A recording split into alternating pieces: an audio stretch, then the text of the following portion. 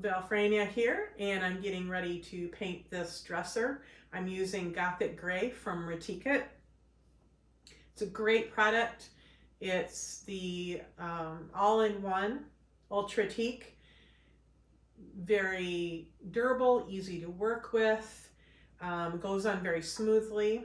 And I'm going to show you how I get paint on real quick. I'm planning on probably at least 2 coats. I think the 2 coats will cover it. But I want to get the first coat on really quickly, so what I do is, well, first I pour this into a container because I don't want to dip my brush in my main quart, just in case there's some sort of problem with this brush that could contaminate the paint. So I poured, after I mixed it really well, I poured it in another container. And then I'll be painting out of this container. I want my paint to last, even though I'm going to go through this really quickly because I love this color. In case it does sit on my shelf for a while, I want it to not go bad. Have you ever smelled paint that's gone bad? It smells really awful.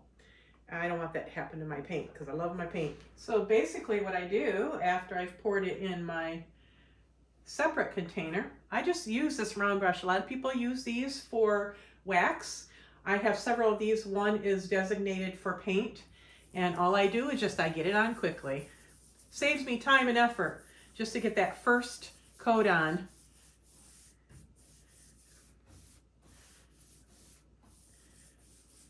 It doesn't have to be perfect. I just slap it on there to get it going.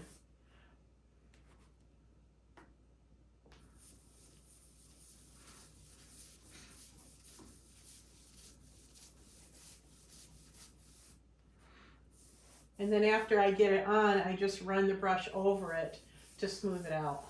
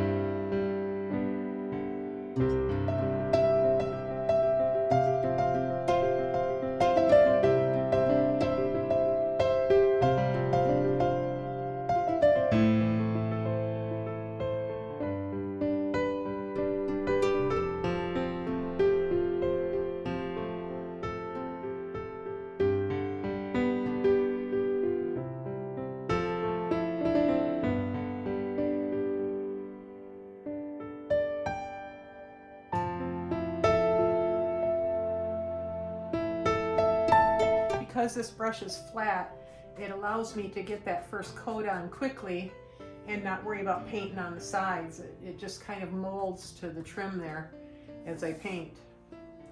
Over the years, because I've painted so much, I've learned what I can and can't do with certain brushes, which helps a lot because I don't like to tape. I don't tape. I just use the right brush and the right paint for the job. And as you get to know your products, as you start to use the good quality products, the good quality tools, and get to know your tools and products, the quicker and easier it is to redesign your pieces with less effort and less frustration. Now when I do my second coat, I will use a different brush because I will have to be much more particular. Kind of look around, make sure you don't have any drips, or like right here where I've got the detail, and make sure that the engraved part is not filled with paint. We want a nice clean line there. So just go back over it with this and make sure there isn't any extra paint in those grooves.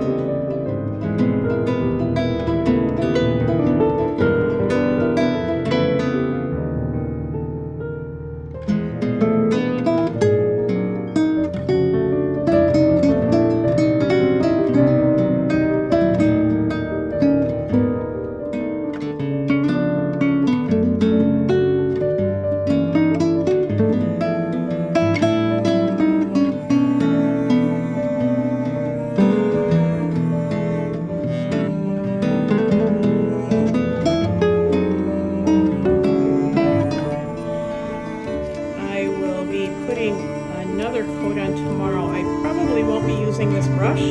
I'll use my Wonder Brush, but I wanted to show you this little bag I could use to save this brush so I wouldn't have to wash it out. Got a little hole to put the handle down through, so you put the brush in here, slide it all the way down, and then zip it up, and then you've got your brush to use